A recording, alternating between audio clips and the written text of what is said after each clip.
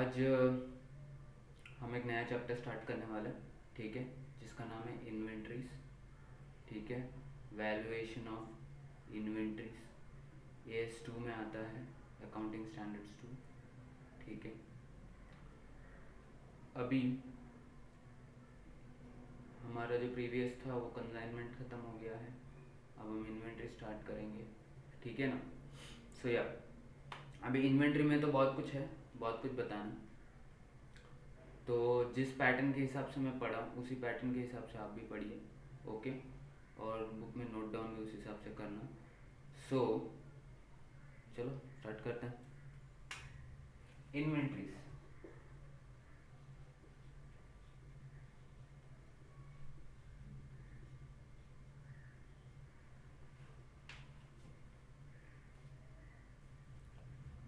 बताओ इन्वेंट्रीज होता क्या। सोचो, बताओ मतलब सोचो, ठीक है।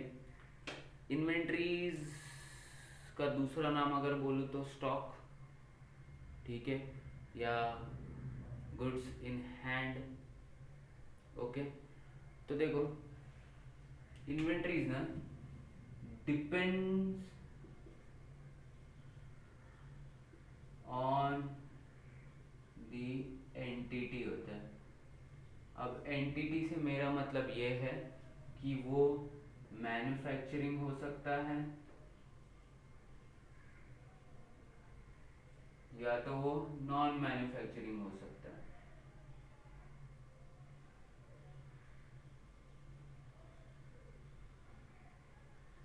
जिसे हम बोलते हैं ट्रेडर।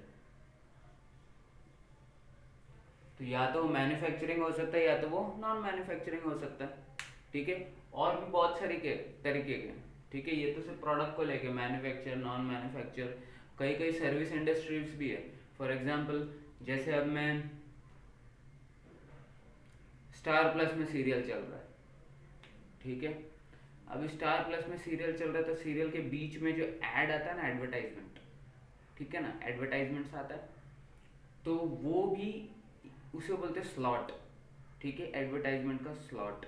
और वो स्लॉट को क्या करते हैं, बुक करके रखते हैं। अब जैसे मैं एक एडवर्टाइजमेंट एजेंसी हूँ, स्पेस एडवर्टाइजमेंट स्पेस एजेंसी, यानी मैं स्पेस बेचता हूँ, ठीक है ना। मैं स्पेस की सर्विस बेचता नहीं हूँ, स्पेस की सर्विस प्रोवाइड करता हूँ। फॉर एग्जाम्पल अभी जैसे आई अप्रोच्ड स्टार प्लस, ठीक है, स्टार प्लस को अप्रोच किया और बोला कि आपका जो है सीरियल है, कौन सा सीरियल हो, कोई भी एक सीरियल है, ठीक है, कौन सा सीरियल उसमें आजकल फेमस है, कोई भी है, या शो ले लो, सीरियल ले लो, ठीक है, कुछ भी ले लो। जैसे सोनी ले लो, सोनी में इंडियन आइडल आता रहता है या केबीसी आता रहता है, ठीक है। अभी केबीसी चल रहा है या कपिल शर्मा का जो भी शो है चल रहा है, तो मैं जाके अप्रोच कर रहा हूँ सोनी को और बोल रहा हूँ कि भाई ये जो आपका शो है उसमें जो ये टाइम पे जो स्लॉट आता है जी, हमें वो स्लॉट चाहिए। तो मैं उसके साथ एग्रीमेंट कर लूँगा, जो भी उसको पेमेंट कर दूंगा, हो गया, मेरे पास वो स्लॉट आ गया। अब वो स्लॉट लोग जो है मुझे अप्रोच करेंगे। अभी लोग यानी वो जो भी एड प्रोडक्शन कंपनी होने दो, जो भी कंपनी होने दो, for example fair and lovely होने दो, जो भी होने दो, ठीक है, जो भी ऐड जो दिखता है ना वो मुझे अप्रोच करेंगे, ठीक है। सोनी बोल दिया कि भाई ये स्लॉट इसके पास है, जाके उसको अप्रोच करो। उन्होंने मुझे अप्रोच किया, जिनके हिसाब से मुझे जिनको सर्विस देना है, तो अभी सर्विस इधर क्या मैं दे रहा हूँ, मैंने बस वो स्लॉट जो वो 20 सेकेंड वाला स्लॉट मैंने एग्रीमेंट करके खरीदा मतलब मेरा नहीं हो गया, वो एग्रीमेंट हो गया, आई विल यूज इट और I can provide that space of that 20 second to any ad जो एड चलाना चाहता है और any company. So for example अभी बूस्ट वाला या कॉम्प्लान वाला अप्रोच किया मुझे, या उस टाइम पे कपिल शर्मा शो ये सब, अभी केबीसी है तो दिमाग बढ़ाने वाला, अभी देखो शो के हिसाब से रहता है, मैं उस मार्केटिंग स्ट्रैटेजी में नहीं जाना चाहता, बट केबीसी के टाइम जैसे कॉम्प्लान वाला, क्योंकि दिमाग बढ़ेगा और उसका ही शो है, तो उसके हिसाब से अप्रोच करेंगे मुझे और बोलेंगे कि भाई हमें अपना ऐड चलाना है तो हमें स्लॉट चाहिए। तो ऐसे मेरे पास कई स्लॉट रहेंगे सीरियल्स के, जो टाइमिंग के, तो जिनको जो स्लॉट में आपने ऐड चलाना है वो मुझे अप्रोच करेंगे। अब वो भी क्या, मेरे लिए इन्वेंट्री है। अब इसमें ना ही मैं मैन्युफैक्चरर हूँ ना ही नॉन मैन्युफैक्चरर हूँ, मैं तो सर्विसिंग कंपनी, मैं तो सर्विस दे रहा हूँ, मैं कुछ बना थोड़ी ना रहा, फिर भी वो मेरे लिए इन्वेंट्री है। समझ में आ रहा है?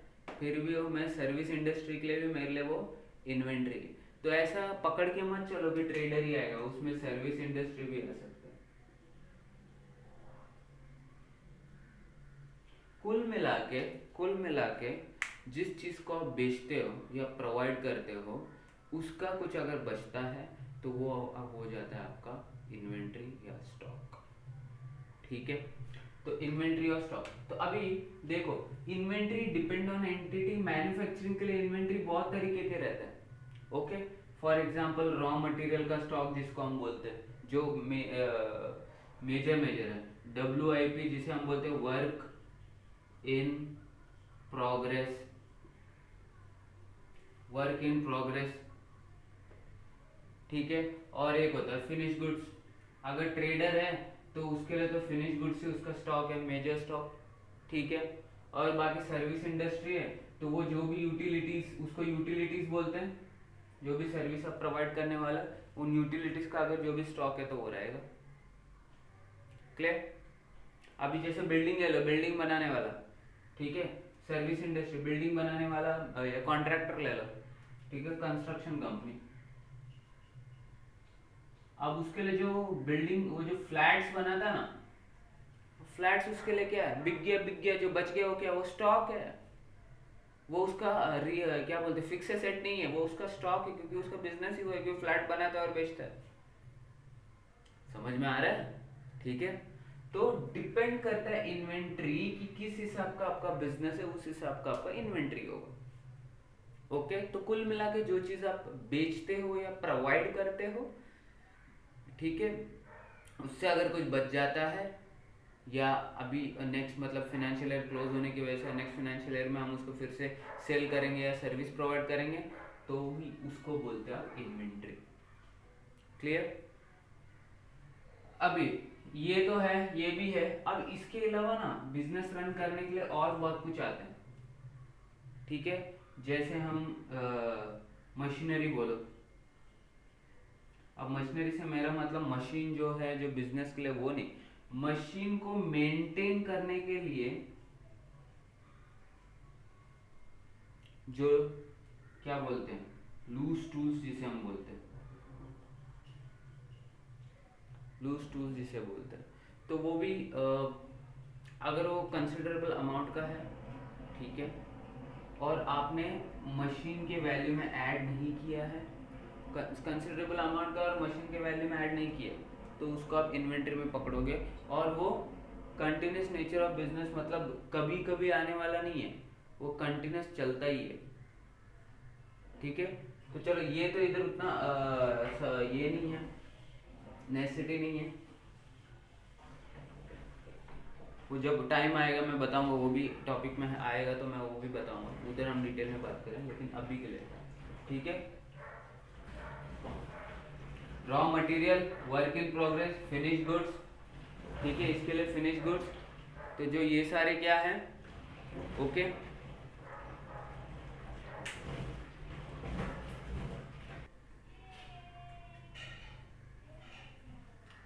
या सो raw material, work in progress, finish goods, और नॉन मैन्युफैक्चरिंग एंटिटी के फिनिश गुड्स होने दो, यूटिलिटीज होने दो, या फ्लैट्स वगैरह जो भी है। अभी इसमें अलग तरीके के बहुत सारे नॉन मैन्युफैक्चरिंग एंटिटीज आ जाएंगे, ठीक है। अब बात यह है कि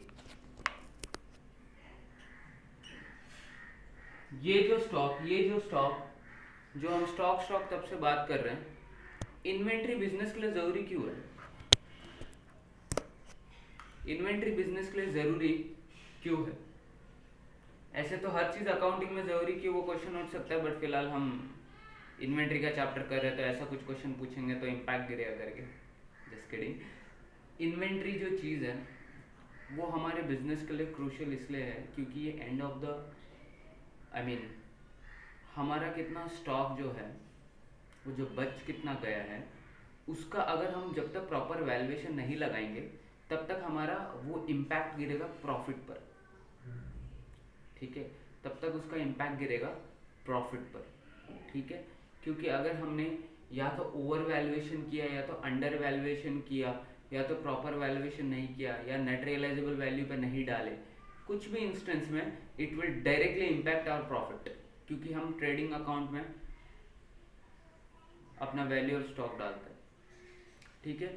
सो value of stock is essential to calculate the profit and loss, appropriate profit and loss. Reason behind that ये है क्योंकि मैं परचेज बहुत कुछ कर लेता हूँ बट ज़रूरी नहीं उतना उसको यूटिलाइज कर लूँ या सेल कर दूँ, ज़रूरी नहीं है।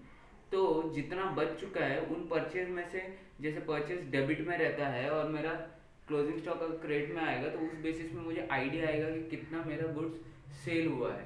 That bring to us the formula कि भाई मेरा ओपनिंग कितना था, ओपनिंग स्टॉक, ठीक है, प्लस मैंने ड्यूरिंग द परचेज कितना किया, ठीक है, माइनस मेरा क्लोजिंग कितना, will give you cost of goods sold,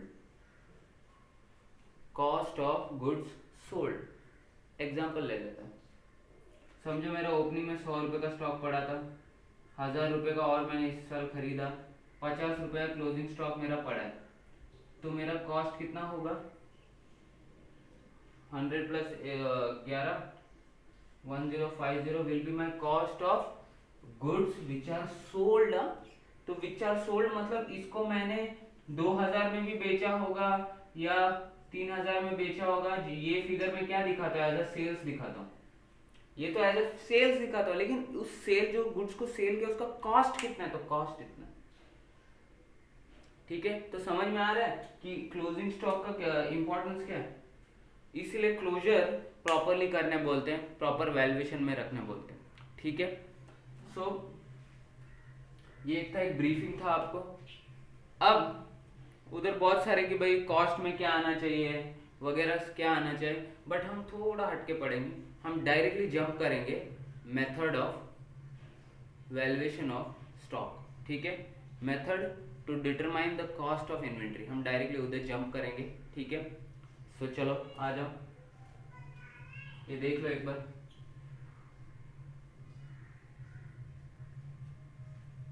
ठीक है।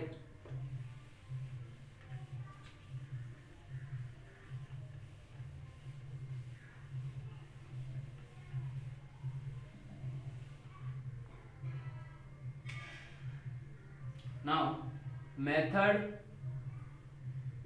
इसका मतलब ये नहीं है कि कॉस्ट में क्या क्या आएगा क्या क्या नहीं आएगा, वो सब भी हम करेंगे, ठीक है। फर्स्ट हम इसको देखेंगे, method of determining cost of inventory, method of determining cost of inventory, ठीक है। मुझे बताओ कैसे, आपने 11th या 12th में पढ़ा होगा बचपन में, फाउंडेशन के पहले या 11th-12th में पढ़ा होगा इन्वेंट्री का कॉस्ट कौन से बेसिस पे निकालते करके, अगर क्वेश्चन में है तो। जनरली हमने दो ही सुना है, एक फीफो, दूसरा लीफो,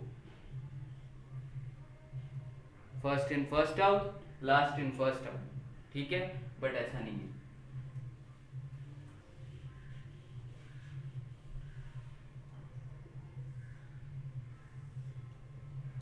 एक है हमारा हिस्टोरिकल मेथड,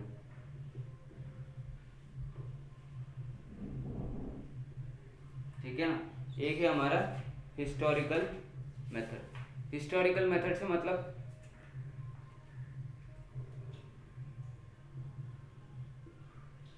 बताओ, हिस्टोरिकल से मतलब क्या, हिस्टोरिकल से मतलब है उसका कॉस्ट जितने में खरीदा था, ठीक है। तो ओरिजिनल कॉस्ट जितने में खरीदा था उसके बेसिस पे क्या आता है, तो इसके हमारे जो ब्रेकअप है हिस्टोरिकल कॉस्ट के अंदर, जो मतलब कॉस्ट के बेसिस पे ही हम उसको कैलकुलेट करते हैं, ठीक है। यानी आपके पास कॉस्ट की अवेलेबिलिटी है, कॉस्ट की अवेलेबिलिटी है, तो कॉस्ट की अवेलेबिलिटी जब रहती है, यानी मुझे पता है कि मैंने परचेस कितने में किया था करके, ठीक है, मुझे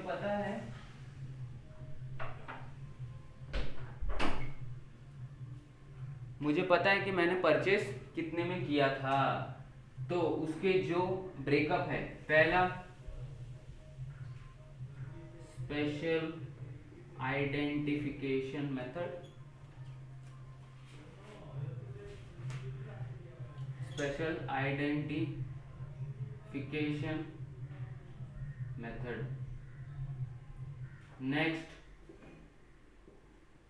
फर्स्ट इन फर्स्ट आउट, जिसको आप बोलते हो फीफो, और जब आप फीफो लिखोगे तो कैपिटल में लिखना है, स्मॉल में नहीं लिखना है, because that's a abbreviation, short form of this first in first out, और जब भी शॉर्ट फॉर्म लिखते हो तो कैपिटल में आता है, और उसको कभी भी, अभी तो बोलने के लिए हम फीफो बोलते हैं, बट कभी भी याद रखना जब शॉर्ट फॉर्म आप किसी को एक्सप्लेन कर रहे हो तो FIFO बोलते हैं, फीफो लीफो ऐसे नहीं बोलते, बट अभी पढ़ने के लिए तो हम यूज़ करते हैं, और नॉर्मल में भी वही बात चलती है, बट अभी कभी जैसे कुछ कॉर्पोरेट मतलब टैक्सेशन के लिए था, कुछ काम से मैं गया था, तो वहाँ पे स्पेशल इकोनॉमिक जोन के ऊपर कुछ बातें चल रही थी, अभी आप लोगों को पता नहीं हो क्या होता है, तो उसका शॉर्ट फॉर्म होता है SEZ,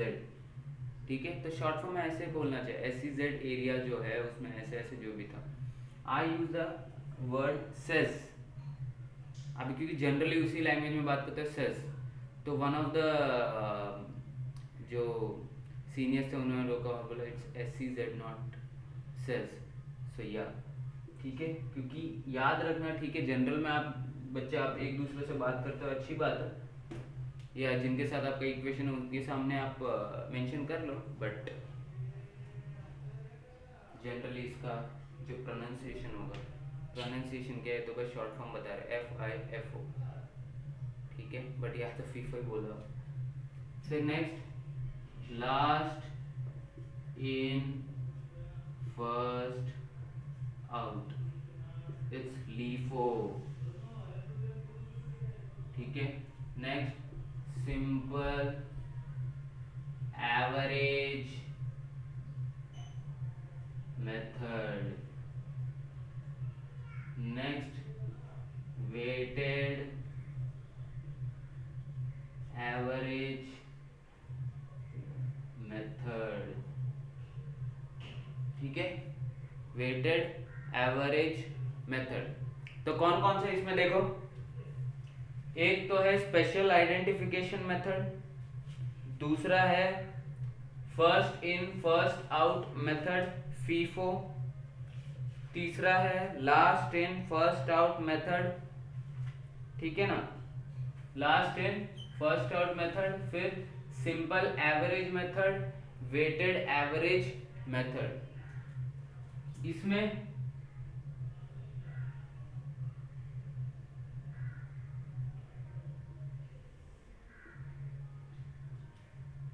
जो दो कवर किए हैं आपके क्वेश्चन में वो है एडजस्टेड सेलिंग प्राइस और स्टैंडर्ड कॉस्ट, स्टैंडर्ड कॉस्ट, ठीक है, ये स्टैंडर्ड कॉस्ट को याद रखना,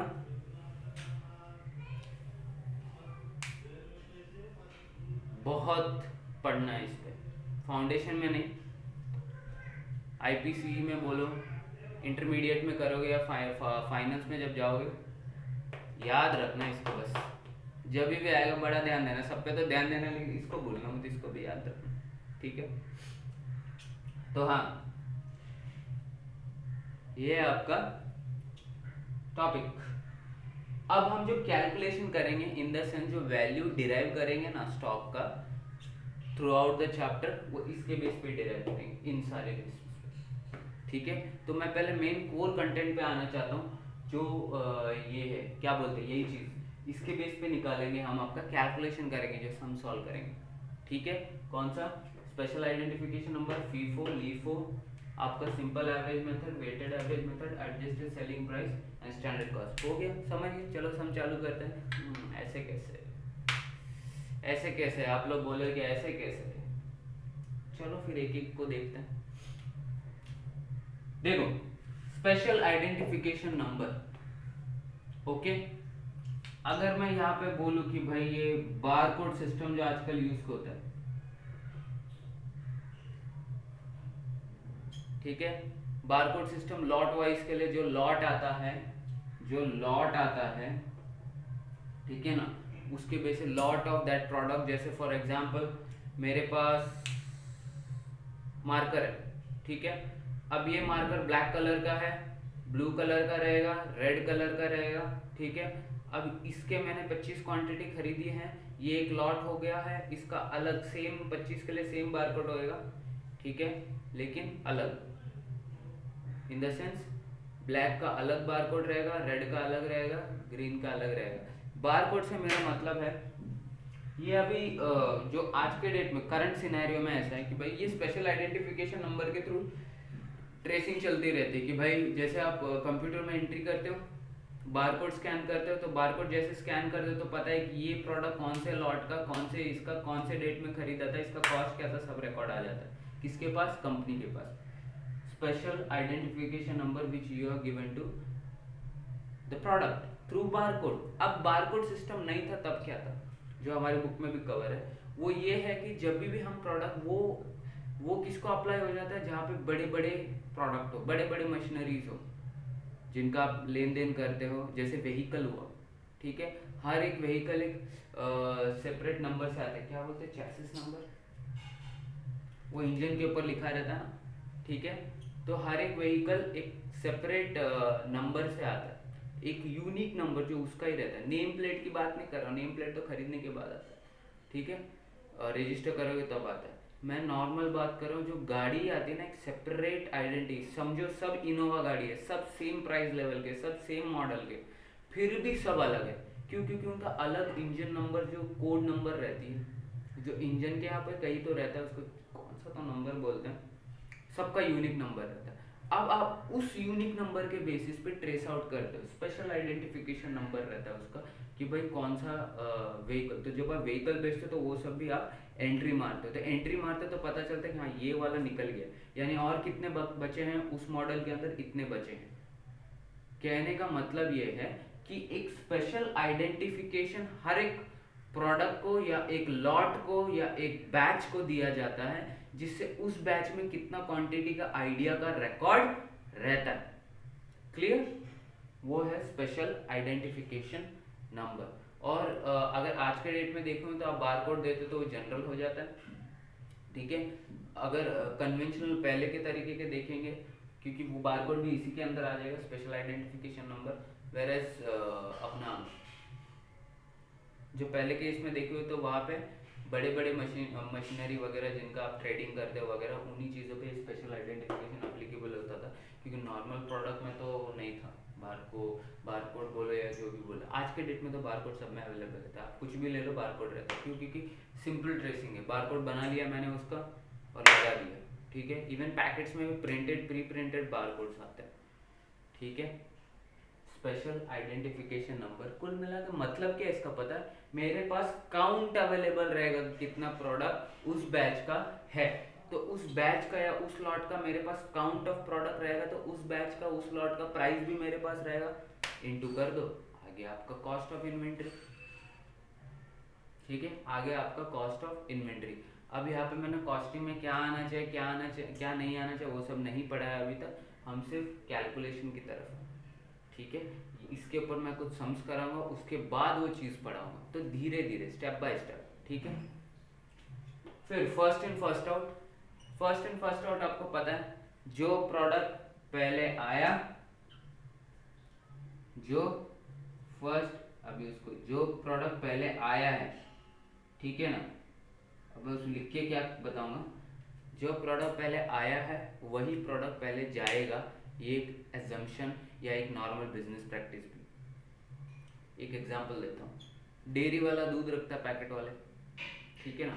अब वो पैकेट वाले समझो कोई भी एक एग्जाम ले लो, 1 जनवरी का एक दूध आया उसके पास, 2 जनवरी को कुछ दूध आया, ठीक है। अब दूध तो पेरिशेबल होता है, 2 दिन का रहता है, तो वो याद रखना 2 तारीख को भी अगर 1 तारीख वाले बचे कोई दूध तो पहला 1 तारीख वाले ही रखेगा सामने की तरफ, और 2 तारीख वाले पीछे की तरफ रखेगा, ठीक है। ब्रेड में आप जहाँ पे मॉल विल जहाँ पे भी शॉपिंग कॉम्प्लेक्सेस में जाते हो तो जो आगे रहता है, क्योंकि कोई भी पीछे जाके नहीं प्रोडक्ट उठाता, आगे से उठाता है, तो आगे वो उन्हीं प्रोडक्ट को रखते हैं जिनका डेट पहले का है। पहले का इन द सेंस जैसे 1-2, तो 1 तारीख का पहले रखेंगे, 2 तारीख का उसके पीछे रखेंगे, हाँ ठीक है। तो और अगर ऐसा नहीं है सब एक ही है तो अच्छी बात, बट जनरल प्रैक्टिस वो है। और लार्ज नंबर ऑफ शॉपकीपर्स होने दो, जो भी रिटेलर्स होने दो, होलसेलर्स होने दो, हर एक बिजनेस एंटिटी पहले हर प्रैक्टिस वैसे ही करती है। मेडिसिन भी ले लो, मेडिसिन भी आपके जब केमिस्ट रखता है ना, तो जहाँ से वो मेडिसिन उठाता है या स्ट्रिप्स में से वो टैबलेट्स वो सब निकालता है, स्ट्रिप निकालता है, उसमें वैसे ही रखता है कि भाई पहले मेरा जो पहले आया था वो ऊपर रखूँगा और उसके बाद जो आया वो नीचे नीचे रखते जाऊँगा, ठीक है। तो फर्स्ट इन फर्स्ट आउट। अब इसके बेसिस में क्या पता चलेगा कि भाई जब मैं समझो कुछ मेरे पास प्रोडक्ट आए हैं और उसमें से कुछ सेल हो गया, तो मैं क्या पकड़ूंगा, जो पहले आया था ना वही सेल पहले हुआ, तो उसके बेसिस पे मैं कैलकुलेट करते आऊँगा कितना आया और कितना गया, तो मुझे क्या मिल जाएगा, जो बचा है उनके बेसिस पे मैं कैलकुलेट कर लूँगा, सम करेंगे पता चल जाएगा। लीफो क्या है, लीफो भाई लीफो तो बहुत बड़ी चीज़ है, हाँ लीफो बड़ी चीज़ है, क्यों पता है, क्योंकि उल्टा चलता है, ठीक है। ये उल्टा चलता है, उल्टा चलने का मतलब क्या है, क्वेश्चन आपको दिया है लीफो बोला है, लीफो का मतलब क्या हो जाएगा पता है। ये क्वेश्चन नहीं भी दिया, आप जनरल प्रैक्टिस में कर रहे हो तो आप उस दिन का या किस दिन का भी आप जब इन्वेंट्री वैल्यूएशन करने बैठते हो तो लास्ट इन फर्स्ट आउट, यानी जो समझो मैंने n नंबर ऑफ ट्रांजेक्शन आज के डेट पे किए, तो सबसे लास्ट ट्रांजेक्शन का जो वैल्यू रहेगा वो पहले गया, जो लास्ट प्रोडक्ट आया वो पहले गया, जो लास्ट प्रोडक्ट आया है वो पहले गया है। क्या ऐसा होता है, नहीं होता, इसलिए एएस भी इस प्रैक्टिस को मना करता है। एएस मतलब अकाउंटिंग स्टैंडर्ड्स, आप लोग जब पढ़ोगे तो आप लोग को रहेगा आईएफआरएस के बेसिस पे आप पढ़ोगे, ठीक है। तो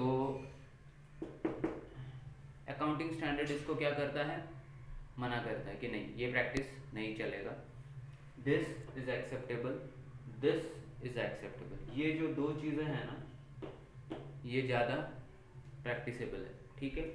लीफो सिंपल एवरेज मेथड कुछ नहीं करना है, आपको क्या करना है, जो भी सम्स है, जो भी सम्स इन द सेंस जो भी परचेस किया है उसका जो प्राइस रहता है ना, अलग अलग डेट में परचेस किया रहेगा तो वो प्राइस का आपको टोटल ले लेना, divide by number of price कर देना, ठीक है। वेटेड एवरेज मेथड, वेट लगाना है कि भाई कौन सा कब परचेस किया उसके हिसाब से करेंगे। Adjusting selling price standard cost, इधर नॉन हिस्टोरिकल मेथड मैंने इसलिए लिया है क्योंकि यहाँ पे आपको कॉस्ट नहीं पता है, यहाँ पे आपको कॉस्ट नहीं पता है, ठीक है। कॉस्ट अभी ऐसे तो प्रैक्टिकलिटी नहीं रहती कि कॉस्ट कैसा नहीं पता रहेगा, कॉस्ट तो पता रहेगा। मेरे कहने का मतलब है कि आप इंडिविजुअली कॉस्ट को रिकॉग्नाइज नहीं कर सकते, एक ग्रुप में लॉट में परचेस कर लिया है तो आप इंडिविजुअली प्राइस नहीं दे सकते एक एक को, ठीक है। इसलिए तो नॉन हिस्टोरिकल मेथड, यहाँ पे आपके पास कॉस्ट अवेलेबल है बट यहाँ पे इंडिविजुअली भी, बट यहाँ पे अवेलेबल नहीं है, इसलिए adjust and selling price. Selling price मतलब आप क्या करते हो इसमें, आप जितने में सेल किया, ठीक है, फिर उससे कॉस्ट की परचेस प्राइस आपको ओवरऑल पता है उतना माइनस कर दिया तो आपको ग्रॉस प्रॉफिट आता है, तो ग्रॉस प्रॉफिट के मार्जिन के बेसिस पे आप जो आपका क्लोजिंग स्टॉक रहेगा ना उसमें से लेस करके आप निकालते हो। बहुत कुछ बोल गया, पता नहीं चला होगा, ये भी हम करने वाले हैं। और स्टैंडर्ड कॉस्ट, स्टैंडर्ड कॉस्ट मतलब जो भी चेंजेस इन कॉस्ट वगैरह सब लगता रहता है, फ्लक्चुएट होता रहता है, ये it is very fluctuating. Petroleum, petrochemical, biogas वो सब में ये पॉलिसी अप्लाई होती है। पेट्रोल का क्या होता है, हर 2 दिन में बढ़ जाता है, हर महीने में बढ़ जाता है, कैसे बढ़ता है, फिक्स तो नहीं रहता प्राइस उसका, समझ में आ रहा है, इसका प्राइस फिक्स होता है क्या नहीं, तो पेट्रोलियम पे डिपेंड होता है कितने में क्रूड ऑयल का कॉस्ट कितना हो रहा है, एक्सट्रैक्शन कॉस्ट कितना हो रहा है, उसके बेसिस पे प्राइस बढ़ी है, समझ में आ रहा है, ठीक है। सो अभी जो क्वेश्चन आएंगे ना आपको मैक्सिमम इस पे आएंगे, इस पे आएंगे और कुछ कुछ इस पे आएंगे। First in first out, weighted average and adjusted selling price. ठीक है, तो चलो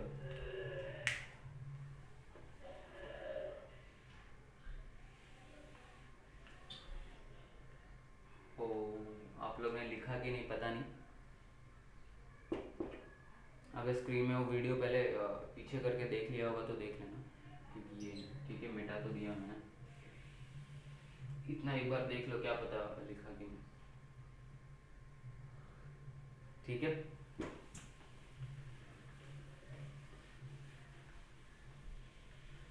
अब हम एक एक करके आएंगे। Simple, oh sorry,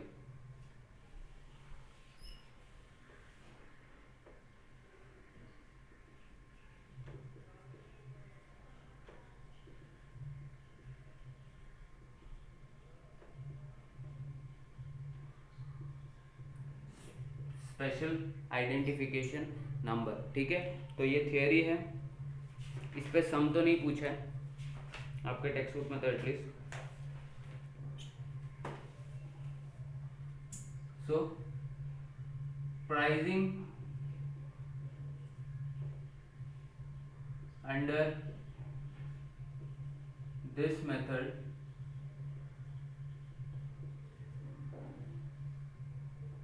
is based on actual physical flow of goods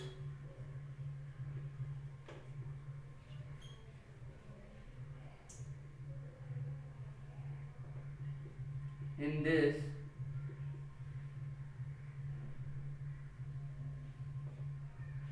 stock is identified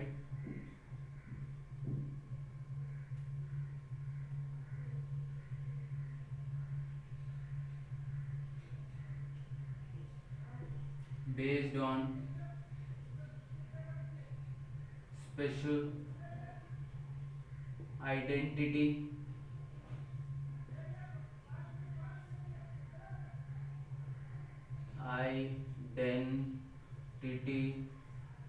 given to the product or lot or batch।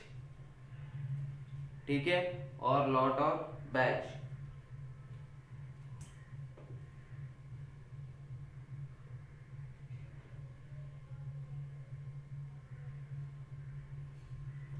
This method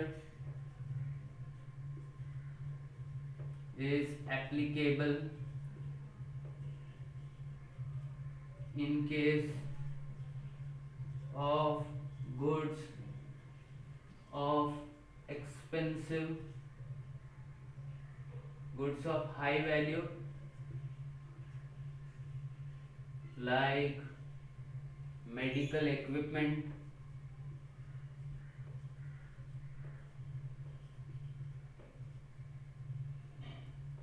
machinery,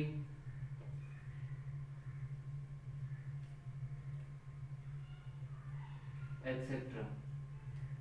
ठीक है, तो जो मैंने समझाया था कि भाई इसमें कैसे based on actual physical flow of goods. अभी एक्चुअल फिजिकल फ्लो यानी मैं एक्चुअली जब बेचता हूँ तो मुझे एंटर करना पड़ता है या पता चलता है कि भाई ये आइडेंटिफिकेशन और नंबर ऑफ प्रोडक्ट गया मेरा।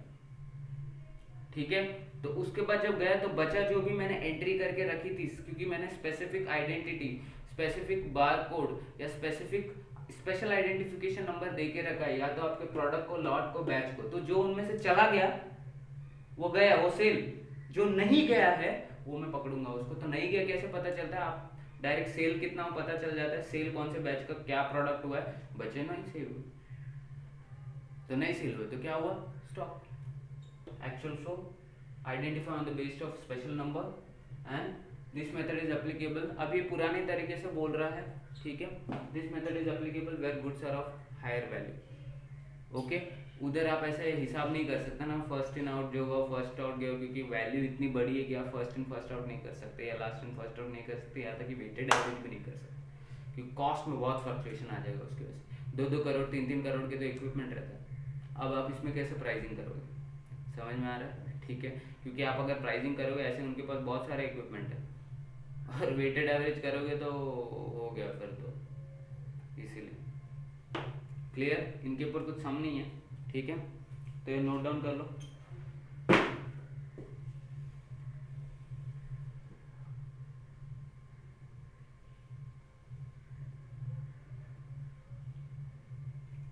ठीक है, next.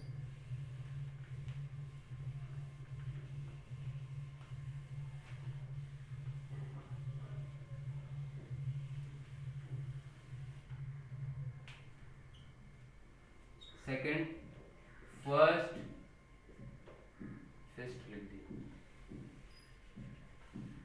First in first out, FIFO, first in first out. It is based on the assumption, it is based on the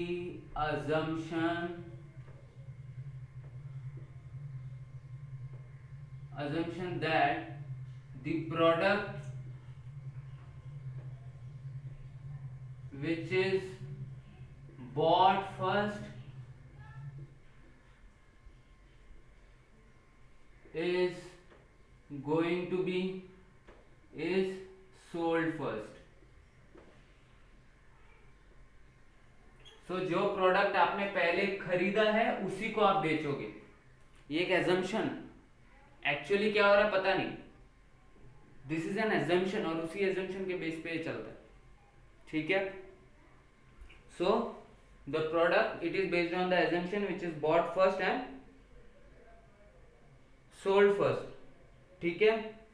अभी ये एक्चुअली देखा जाएगा ना, इट इज यूजफुल और relates to only accounting system,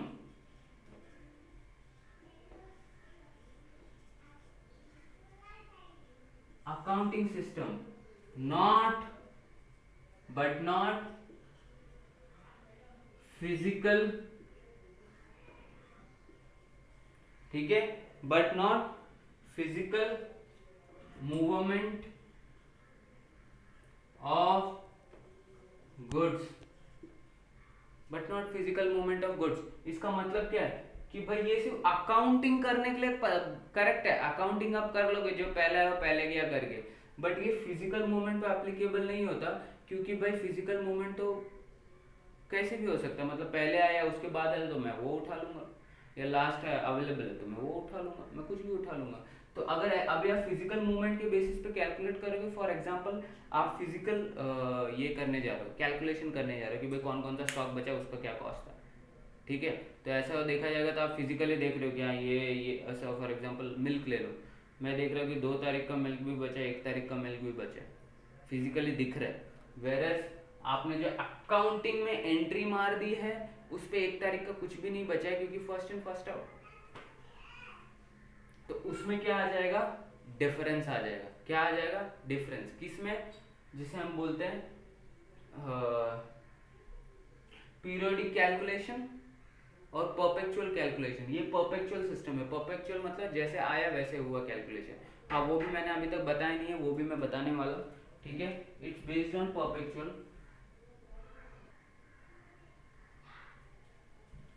yeah, so it is based on assumption that whatever we bought or produced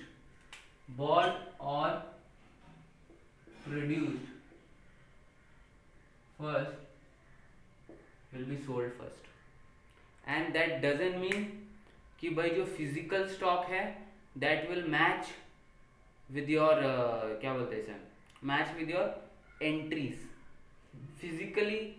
stock quantity match होगा, लेकिन उस quantity का जो प्राइस फिजिकली मैं देख सकता हूँ, और जो कॉस्ट यानी, और जो कॉस्ट मेरे बुक्स में रिकॉर्ड कर दिया है मैंने, वो अलग अलग होगा। अलग इन द सेंस, क्योंकि मैं फॉलो कर रहा हूँ फीफो मेथड। मैंने एज्यूम करके चल के एंट्री मार दिया कि जो पहले आया वही पहले गया होगा, बट फिजिकली देखा तो जो पहले आया वो पहले नहीं गया होगा, जो लास्ट में आया वो भी पहले चला गया होगा या बीच में निकल गया होगा। कुल मिला के पहले वाला भी कुछ क्वांटिटी बच गया होगा, यानी 1 तारीख वाला भी कुछ बच गया होगा, 2 वाला भी कुछ बच गया होगा। बट मेरे बुक में सिर्फ 1 तारीख वाला कुछ भी नहीं बचा, सिर्फ 2 वाले पूरे बचे हैं। तो वैसा चेंज हो सकता है, ठीक है। इसलिए दोनों में differentiation, accounting system as well as आपका फिजिकल मूवमेंट ऑफ गुड्स में डिफरेंशिएशन जो प्राइसिंग आपने पकड़ी है उसको लेके होगी, क्योंकि वो प्राइस वाला तो गुड्स आप गया ही नहीं है अभी तक, सेल ही नहीं हुआ। बट मैं क्या एज्यूम कर रहा हूँ, सेल हो चुका है। कौन से प्रिंसिपल पे, फर्स्ट इन फर्स्ट आउट, ठीक है। ओके, चलो अब अगला वाला देखते हैं। हाँ, अब ये कहते हैं ना, इस पर एक सम करते हैं, ये देख लो एक बार।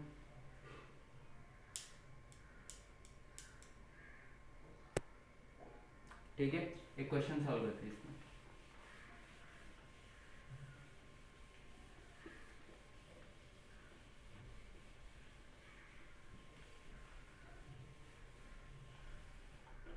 क्वेश्चन नंबर 1,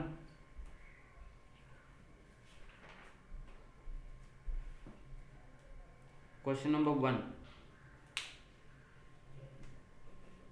अ मैन्युफैक्चरर, ठीक है। Question number 1, a manufacturer has the following record of purchases of a condenser which he uses while manufacturing radio sets.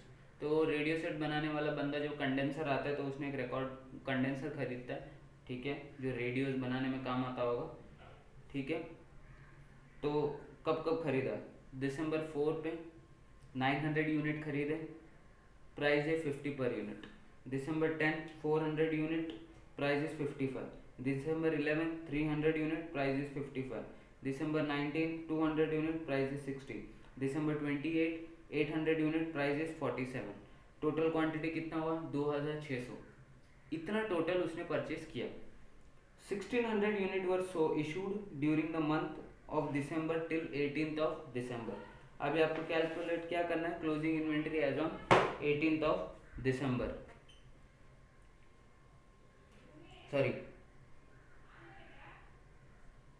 18th of दिसंबर नहीं, आपको क्लोजिंग इन्वेंट्री डेट तो दिया नहीं, वालों ने क्लोजिंग इन्वेंट्री कब कैलकुलेट किया करना है करके, तो 18 तो कैसे कर सकते, क्योंकि 18 की बात तो 2 परचेज और किए, ठीक है। तो देखो हम कर रहे हैं first in first out basis पे सोल्यूशन, ठीक है। अभी number of calculation of value of inventories, ठीक है। अभी नंबर ऑफ कंडेंसर, बराबर ना, कंडेंसर ही है ना, condenser, number of condenser purchase,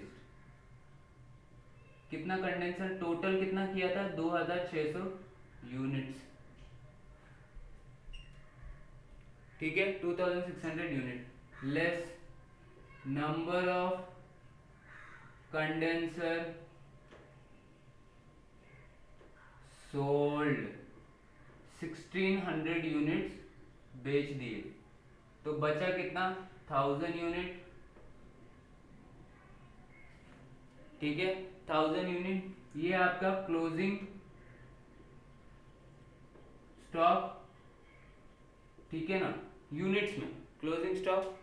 therefore value of closing stock of 1000 unit क्या आएगा, ठीक है। सो पर्टिकुलर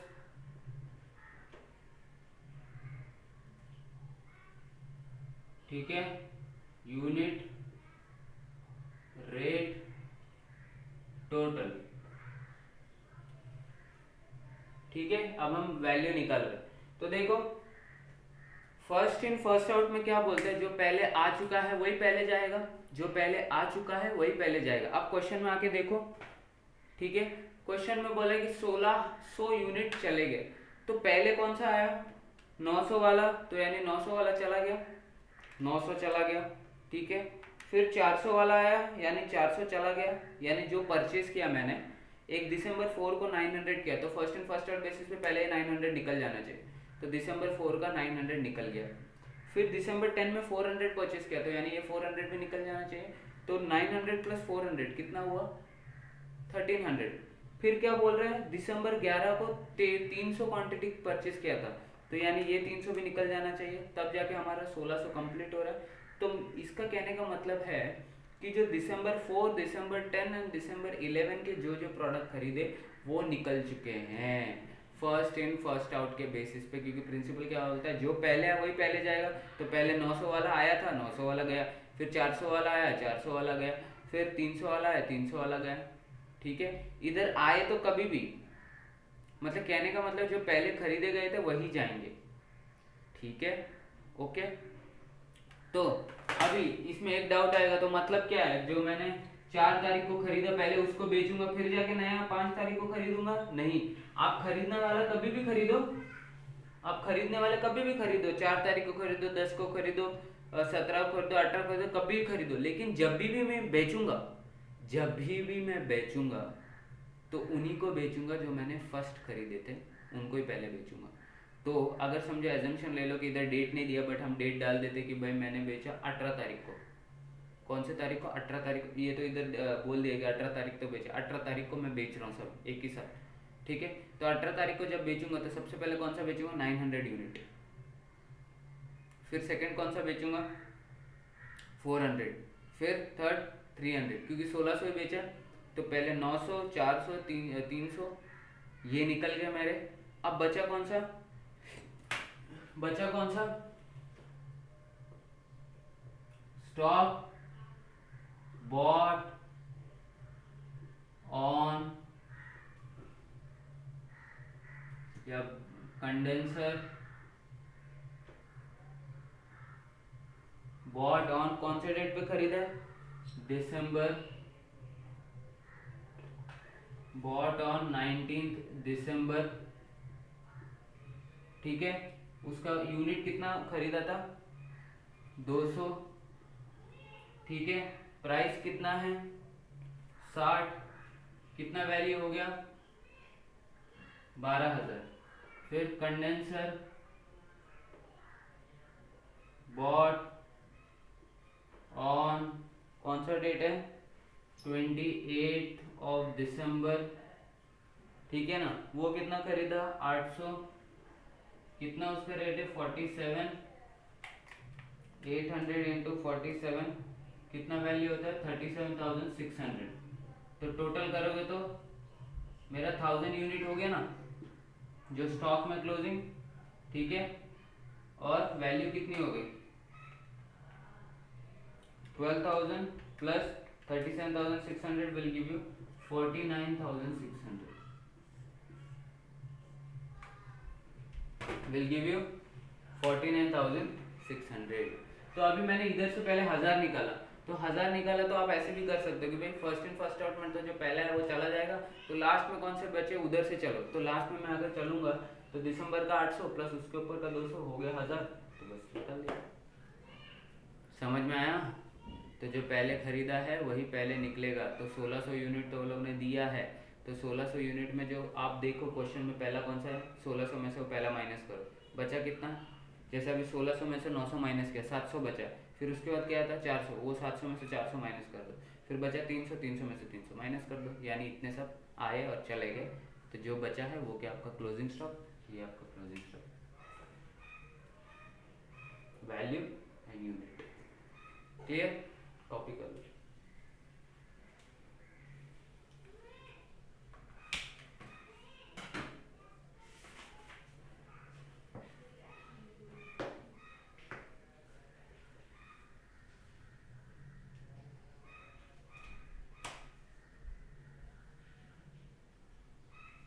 ठीक है, आप जो भी हम इधर बोर्ड पे लिख रहे हो सब आपको बुक में लिखना है, ठीक है ना। रखना नहीं है कि बाद में लिखेंगे या तो वीडियो में अवेलेबल है ही करके, ठीक है। अब हम बात करेंगे लीफो की। लीफो, सेकंड वाला लीफो, लास्ट इन, नहीं ऐसे नहीं लिखते, last in first out, LIFO, last in first out, ठीक है। लीफो, हाँ लीफो क्या, it is based on irrational, irrational यानी जो जनरल नहीं है। जनरल प्रैक्टिस क्या है, रैशनल यानी जनरल प्रैक्टिस क्या, कि जो पहले आया वही पहले बेचते हैं, जो लास्ट में आया वो पहले कभी नहीं बेचते, ठीक है। It is based on irrational principle, जो कि क्या बोल रहा है कि भाई जब लास्ट में उसको पहले बेचा है। Irrational assumption, assumption that goods bought or produced at last, produced last are sold first। अब मुझे लग रहा होगा कि आप लोग को लग रहा है कि भाई फॉर एग्जांपल जैसे प्रीवियस वाला क्वेश्चन है, ठीक है ना, उसमें हम वेट करेंगे और जब तक लास्ट ट्रांजैक्शन नहीं हो जाता तब तक वेट करेंगे, उसके बाद सेल करना चालू करेंगे। ऐसा भी मत सोचो, ठीक है। क्वेश्चन करेंगे समझ जाएगा आपको, ठीक है। it is based on the principle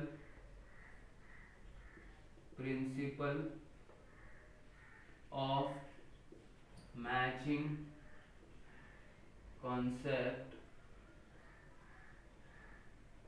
of cost with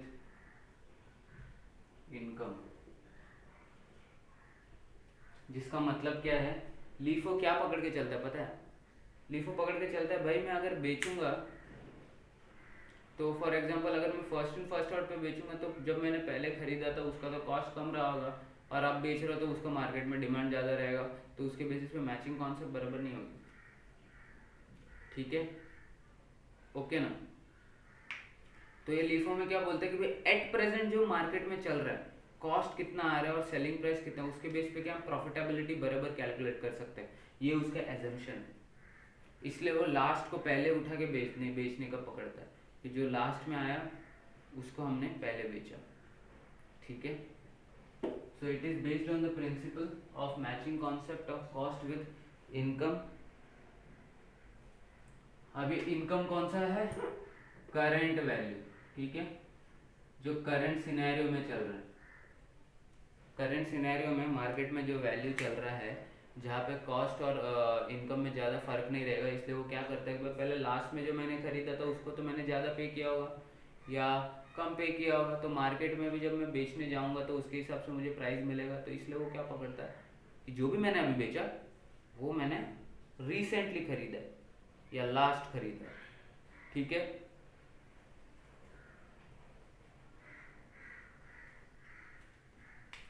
So this would result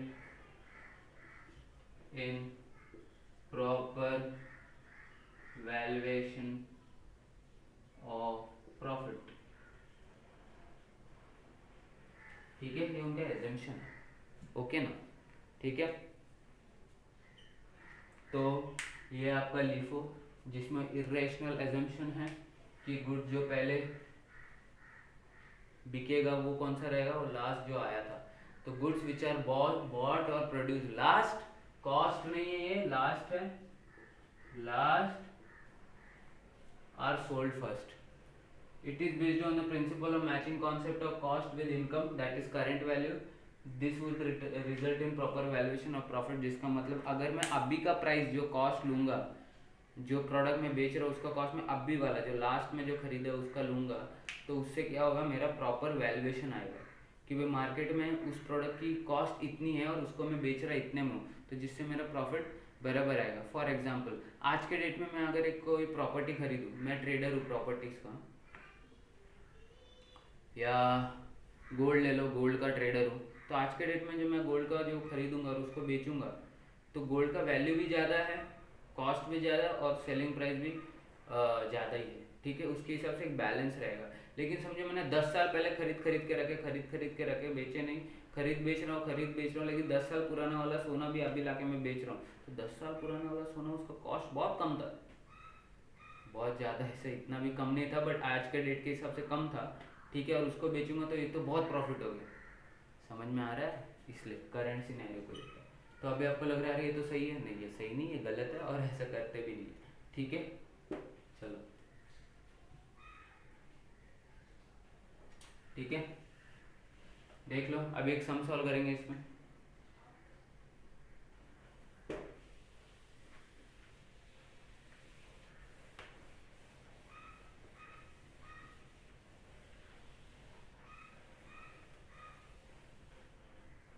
question number 2. तो याद रखना, कभी भी कॉन्सेप्ट पढ़ाते वक्त ना बहुत सारे कन्फ्यूजन्स दिमाग में चलते रहते कि भाई क्या समझा है, क्या मुझे प्रॉपर्ली समझ में आया कि नहीं. इसीलिए तो सम सॉल्व करता हूँ, उसके हिसाब से प्रॉपर समझ में आ जाता है. ठीक है, क्वेश्चन नंबर 2. अभी क्वेश्चन नंबर 2 बोल रहे हैं इन द प्रीवियस एग्जाम्पल. मेरे पास वो वाला बुक नहीं है जो आपको मैंने दिया है. ठीक है, मैं स्टडी मैट से पढ़ा रहा हूँ, स्टडी मटेरियल से. तो इनकेस हो सकता है कि वो क्वेश्चन नंबर 1 में दोनों क्लब कर दिया हो, फीफो लीफो, कुल मिला के जो क्वेश्चन पढ़ रहे हो उसका लीफो मेथड हम करने वाले हैं. ठीक है, तो in the previous example assume that following issue were made during the month of दिसंबर. ठीक है, अभी प्रीवियस एग्जाम्पल यानी हम इधर क्वेश्चन नंबर 1 में जो दिया है ना, जो परचेज किए हैं उनको भी पकड़ना है, और अभी ये बोल रहे हैं कि सेल जो किया था, ठीक है ना, सेल इस मैनर में किया है. कौन से मैनर में? रिकॉर्ड ऑफ इशू मतलब सेल किया. डेट दिसंबर 5 को 500 क्वांटिटी गया, दिसंबर 20 को 600 क्वांटिटी गया, और दिसंबर 29 को 500 क्वांटिटी इशू कर दिए. ठीक है, अब वो बोल रहे हैं using the LIFO method calculate the value of stock. ठीक है, सो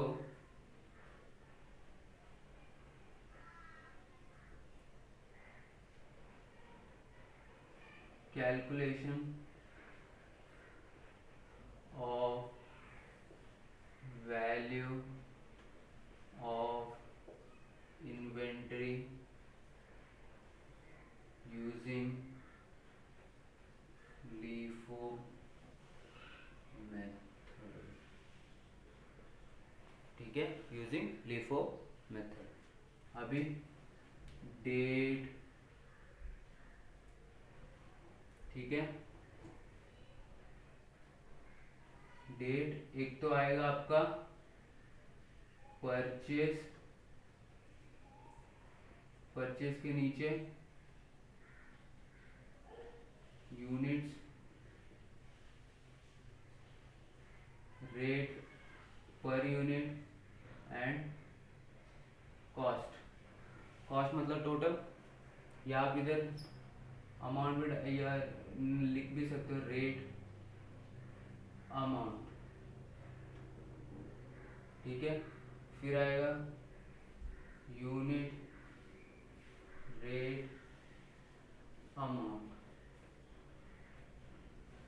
यूनिट रेट अमाउंट. ठीक है, unit rate amount, unit rate amount. ये है आपका इशूड, इशूड यानी सोल्ड, और एक बैलेंस, बैलेंस. ठीक है, बैलेंस यानी बैलेंस इन्वेंटरी जो बचा है. तो चलो पहला लेते हैं हम क्वेश्चन नंबर 1 के रेफरेंस में देखना, फर्स्ट आया है दिसंबर 4 में, ठीक है। तो दिसंबर 4, अभी तक साल दिया है क्या कुछ? नहीं, साल कुछ नहीं दिया है, तो डायरेक्ट लिखेंगे 4th ऑफ दिसंबर, ठीक है। 4th ऑफ दिसंबर को कितना प्रोडक्ट आया? 900 यूनिट आया। एक का रेट कितना था? एक का रेट था 50, तो मतलब कितना वैल्यू हुआ? 45,000। इशू कुछ भी नहीं हुआ है, ठीक है। तो ये बच गया है, ये स्टॉक में पड़ा है 950 45,000, ठीक है ना, इतना स्टॉक में पड़ा है उस दिन। फिर नेक्स्ट कौन सा है? सेल कभी हुआ भाई? 5 दिसंबर को सेल हुआ है, तो 5th ऑफ दिसंबर सेल हुआ है, परचेज कुछ नहीं हुआ है, तो सेल हुआ है। सेल कितने में होगा? अब बताओ, जो लास्ट इन फर्स्ट आउट बोल रहे थे ना, वो देखो जब मेरा सेल हुआ है ना, उस दिन वैल्यू क्या है या उसके प्रीवियस दिन वैल्यू क्या है? तो क्या वैल्यू था प्रीवियस, जब भी जो नियर बाय ट्रांजेक्शन वैल्यू क्या है, या उसके पास प्रोडक्ट जो बचे हैं उनमें देखो, वैल्यू मत देखो, जो प्रोडक्ट उसके पास बचे हैं उसको आपको बेचना है, जो लास्ट में रहेगा। कैसे देखो, अब फिलहाल तो इधर एक ही है प्रोडक्ट, एक ही लॉट है जो 900 में था, 50 का रेट है, तो इधर तो निकाल दो कितना बेचा, 500, तो सेम रेट आएगा क्योंकि बाकी कोई अलग रेट वाला है ही नहीं। 50 25,000। अब आपको इधर सेलिंग प्राइस वो सब नहीं लिखना है, आपको जो इशू है तो कॉस्ट ही लिखना है, ठीक है ना। कॉस्ट निकाल रहे हैं हम फिलहाल, तभी हमें इधर प्रॉपर बैलेंस आएगा। कैसे कि भाई 900 में से 500 गए तो बचा 400, जिसका वैल्यू 50, तो कितना आया? 20,000। देखा, 45 में से 25 गया, 20 बचा। This is actually cost of goods sold, जो बेचा है प्रोडक्ट उसका कॉस्ट, ठीक है। नेक्स्ट क्या है? 10 तारीख को 400 यूनिट और खरीदे, तो 10 तारीख को 400 यूनिट और खरीदे, जिनका प्राइस क्या था? 55 रुपये। कॉस्ट ये क्या आ जाएगा? Value 55 into 400 will give you 22,000। 22,000। Sale तो कुछ किया नहीं है, अब क्या आ जाएगा? तो देखो, अब ये 400 ऑलरेडी है, वो ओपनिंग में है 400 वाले, नहीं ऐसे लिखने से अच्छा ना,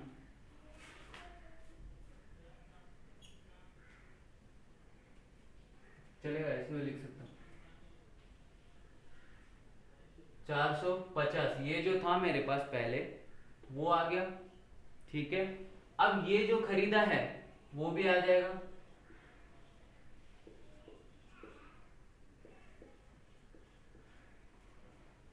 तो लास्ट तो देखो, अब ये पहले खरीदा था, ये अब रिसेंटली खरीदा है। इन दोनों के केस में फर्स्ट हो गया, ये क्या हो गया? लास्ट हो गया। समझ में आ रहा है? दोनों को क्लब नहीं कर देना। क्लब किस में करते हैं? वेटेड एवरेज मेथड में करते हैं। इसमें अलग अलग, तभी तो अलग अलग कॉस्ट पता चलेगा, तभी तो हम फर्स्ट इन फर्स्ट आउट छोड़ो, लास्ट इन फर्स्ट आउट कर सकते हैं। समझ में आ रहा है? या first in first out method में भी ऐसे अलग अलग करोगे तभी तो पता चला कि भाई जो पहले आया वही पहले गया। अब इसमें तो सबका जो अलग अलग बैच में अलग अलग डेट में परचेज करो, उसका अलग अलग आप बनाओगे। समझ में आ रहा है? चलो नेक्स्ट देखते हैं। फिर क्या किया? 11 तारीख को फिर खरीदा, 11 दिसंबर फिर खरीदा, कितना? 200 यूनिट, नहीं 11 को कितना खरीदा? 300 यूनिट। उसका रेट क्या था? उसका रेट था 55, ठीक है। तो 55 रेट था, 300 into 55 will give you 16500। Sale issue कुछ नहीं हुआ है। अब देखो फिर से same as it is repeat कर दो, 4 चाहे तो डैश अंडरलाइन तो रहेगा, ठीक है। 450 20,000, फिर रिपीट 455 22,000। अब ये जो खरीदा है ये इसके नीचे आ जाएगा, भले ही रेट सेम है फिर भी क्लब नहीं करना है आपको, ठीक है। 355 16 500। समझ में आ रहा है? फिर दिसंबर 19 में और एक खरीदा है, बेचा तो कुछ नहीं है तब तक, तो दिसंबर 19 कितना खरीदा है? 200। प्राइस कितना है? 60, यानी 12,000 रुपये। इधर भी कुछ नहीं है। देखो फिर से क्या होगा, फिर से तीनों रिपीट, 450, 2000, 455, 22,000, 355, 16,500, और ये अभी इधर आ जाएगा 260, 12,000। समझ में आ रहा है? लगते जा रहा है, अलग अलग डेट पे जो जो परचेस किया था एक के नीचे एक लगते जा रहा है। ठीक है, अब फिर परचेस किया दिसंबर 28 को, लेकिन उससे पहले ट्रांजैक्शन है हमारा दिसंबर 20 को इशू किया, सेल किया, तो दिसंबर 20, ठीक है, परचेज नहीं किया, इशू किया। कितना इशू हुआ है? 600 यूनिट, 600। ठीक है, प्राइस क्या डालूंगा? सबका एवरेज निकाल के? नहीं, तो यानी मैं 600 नहीं लिख सकता। ठीक है, मुझे क्या करना पड़ेगा? पहले देखो, लास्ट इन फर्स्ट आउट, इनमें लास्ट कौन सा है? ये है, वही फर्स्ट आउट होगा। तो देखो 200 पहले, फिर 60 आ गया 12,000, और कितना? 600 क्वांटिटी बेचा आपने, 600 में से 200 हो गया, बचा 400, तो 300 पकड़ो, 300 इंटू 55 आ गया 16500।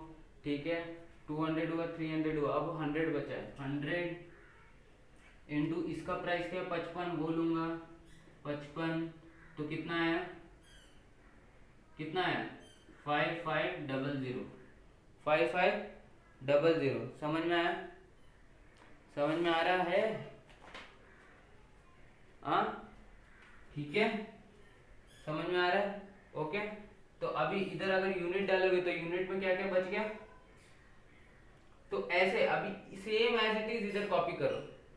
ठीक है, यूनिट में जो जो बच गया, भले ये इससे मैच ना करे, लेकिन same as it is copy करो। ठीक है, तो यूनिट में क्या क्या आ रहा है?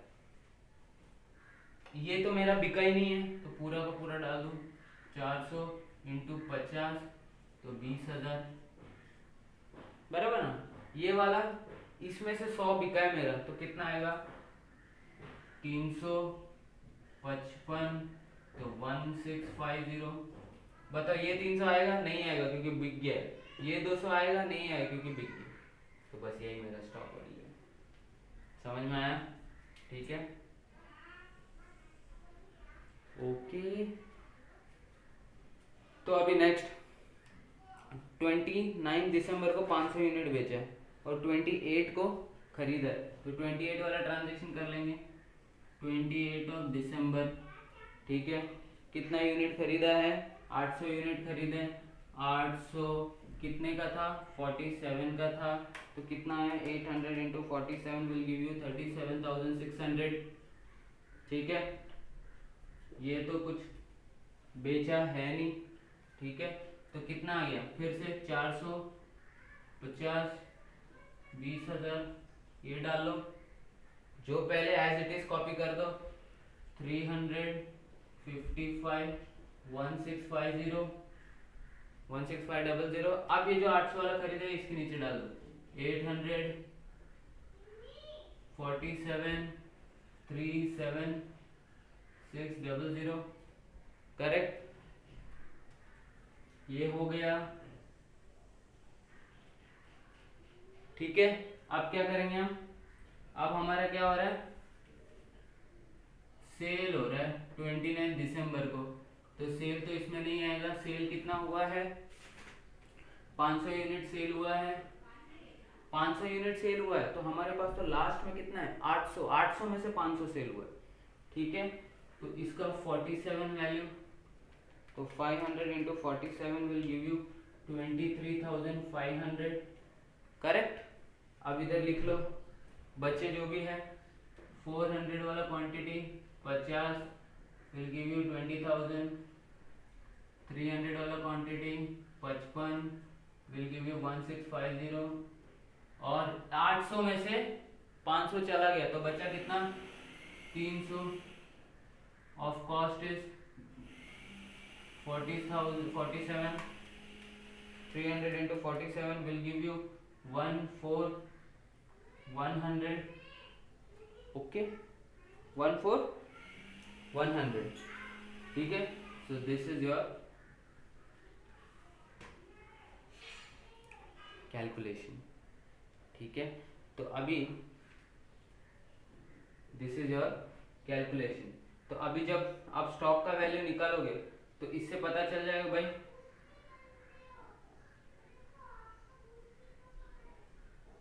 एक सेकंड रुको,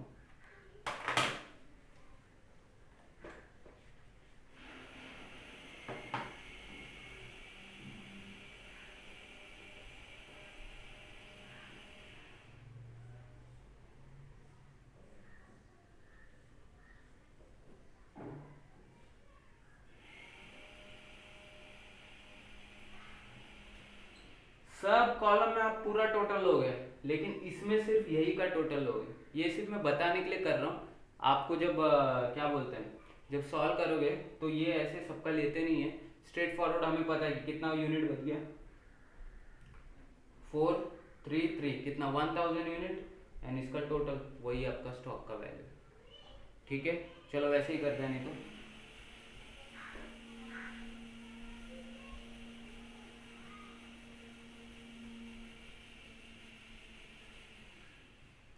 therefore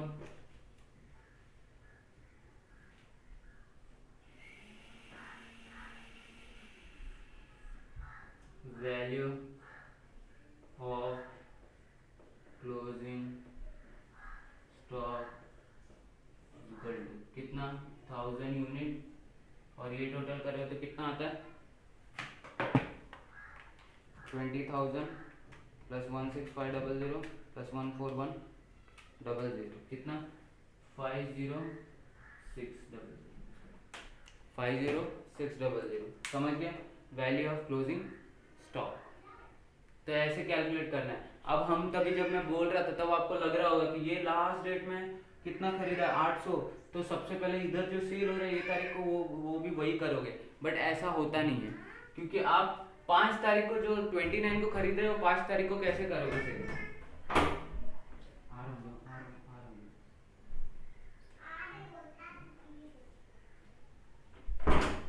जो 5 तारीख को जो खरीदा है मैंने, सॉरी जो 29 को खरीदा 5 तारीख को कैसे बेच सकता हूँ।